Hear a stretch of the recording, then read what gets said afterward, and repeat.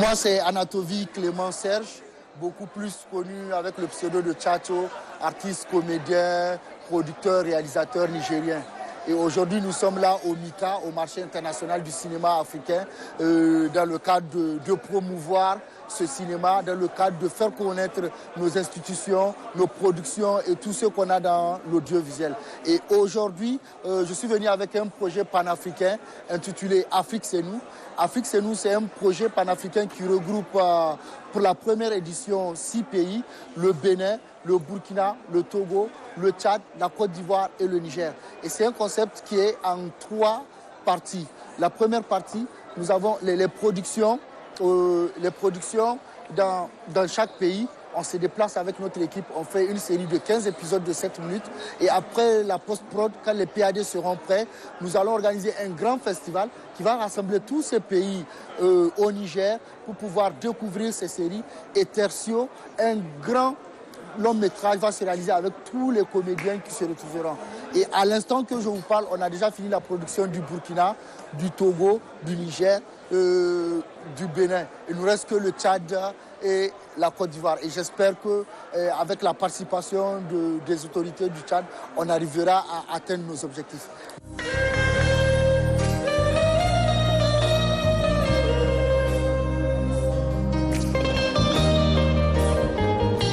Nous sommes ici au FESPACO 28e édition et ici je représente donc la structure INS. Voilà, INS qui est une structure spécialisée dans la vente, la formation, l'installation, la conception des projets de chaînes de télé, la vente du matériel et conseil. Et ici nous sommes en partenariat avec une chaîne de télé locale, voilà, qui s'appelle 3TV. C'est une chaîne que nous avons entièrement équipée et installée et formée. Donc nous sommes en train de faire la démonstration ensemble avec le matériel que nous avons sous la main. Donc le tricasseur ici que vous avez, qui est la dernière, les grands tricasseurs donc, qui sont sortis, qui on appelle le tricasseur Elite ou bien TC2, okay, qui a remplacé la 8000 avec 8 entrées caméra et 8 sorties configurables à souhait. Voilà, donc vous avez un peu ici la représentation donc, visuelle de l'interface donc, de réalisation. Donc le tricasseur, c'est en réalité une régie vidéo montée sur support informatique. Okay? Ce qui permet donc de pouvoir mélanger tous signaux que nous souhaitons et de pouvoir faire du streaming même si on veut. Ça veut dire que faire du direct sur les réseaux sociaux et autres. Et aujourd'hui, nous sommes en train donc, de valoriser donc, le système de transport du signal vidéo à travers le réseau. Ça veut dire que de plus en plus, en fait, la vidéo est en train de s'informatiser.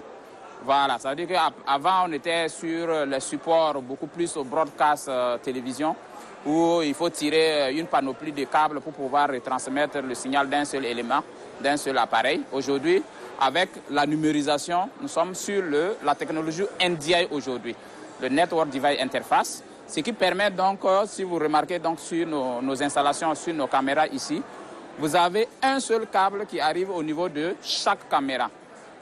Donc, or, avant, dans la logique, si on devait utiliser chaque caméra ici, on a besoin de l'alimentation de la caméra, on a besoin du câble qui transporte le signal vidéo, on a besoin du câble qui va pouvoir piloter, puisque nous sommes sur les caméras robotisées, qui va pouvoir piloter les caméras.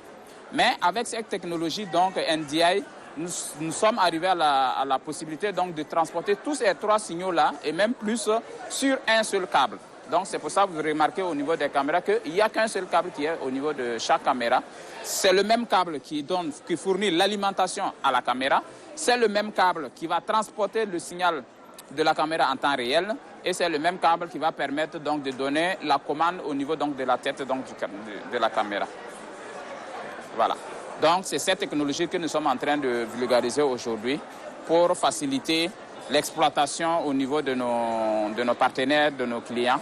Voilà, parce que ça permet en un laps de temps de pouvoir développer, comment on appelle ça, déployer le matériel de tournage à moindre frais humain.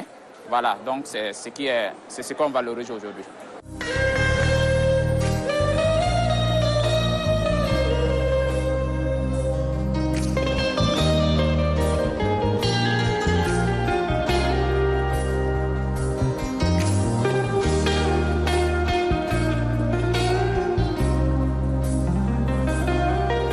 Alors je suis Alain Modo, je suis PDG de DIFA, qui veut dire Distribution internationale de films et fiction africains. DIFA est une société de distribution et de vente qui regroupe 175 producteurs de 35 pays africains différents, anglophones, francophones, lusophones. Et on a un catalogue de près de 200 titres de films et de 1300 heures de fiction. Et notre rôle est de mettre les programmes qui nous sont confiés par contrat, par les réalisateurs et les producteurs sur le marché et de faire remonter les ressources de vente vers les producteurs et les réalisateurs. Donc on garde 30% de commission et on reverse 70% des produits de la vente. Voilà.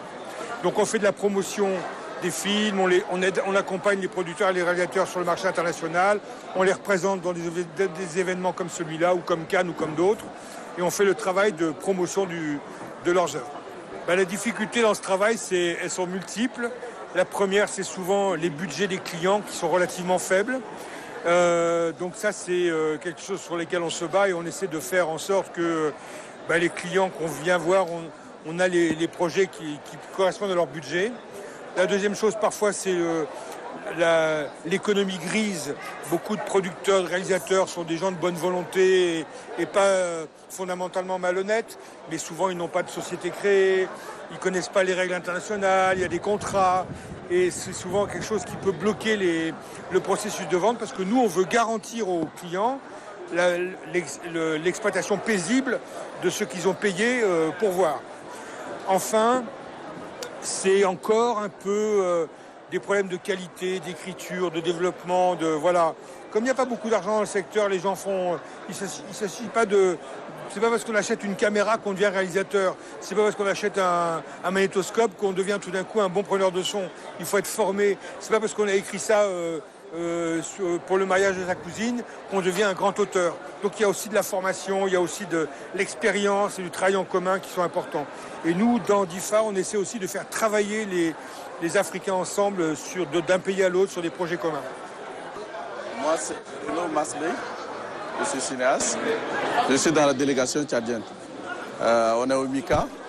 Donc ici, le MICA, c'est l'exposition.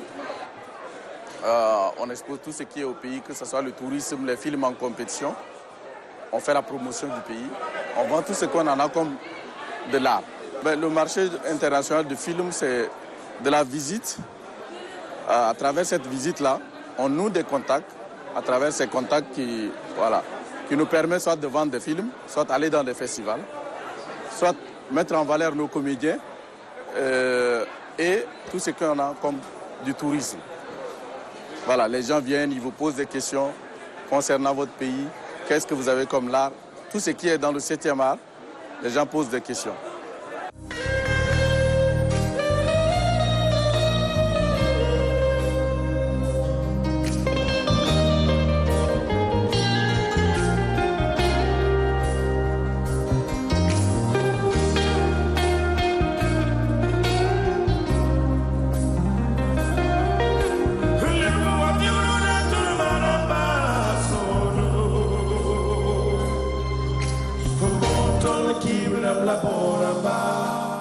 Je m'appelle Herman Pouya, je suis le délégué général du Centre régional pour les arts vivants en Afrique.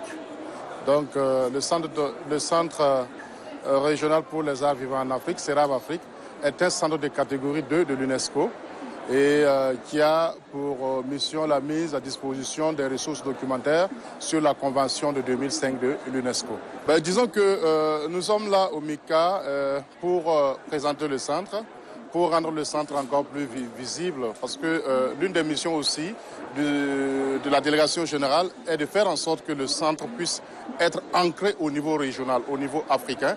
Et c'est dans ce sens-là que nous sommes venus présenter donc le centre et présenter donc le centre de ressources qui existe au niveau donc du centre régional pour les arts vivants en Afrique. Et le centre de ressources que nous avons, c'est une mine de documents. Donc, en lien avec les arts de la scène, les arts du spectacle, que sont donc la musique, la danse, le cinéma, l'audiovisuel.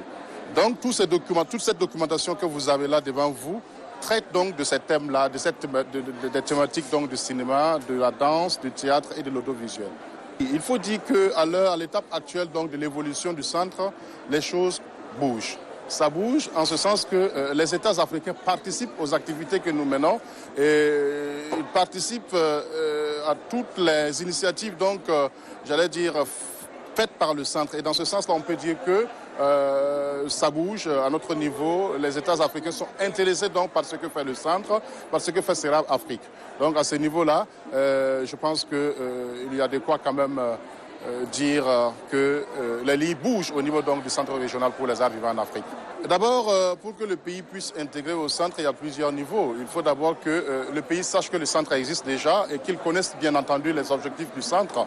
Et une fois que ces objectifs sont connus, alors nous adressons donc à l'État une correspondance pour demander donc son adhésion, bien entendu en expliquant donc le statut, les missions dévolues au centre, parce que je disais tantôt que nous faisons la promotion des arts, les arts vivants en Afrique. Nous faisons le suivi de la mise en œuvre de la Convention de 2005 de l'UNESCO et nous participons au renforcement des capacités des praticiens de la culture. Donc voilà, entre autres missions, dévolues au centre.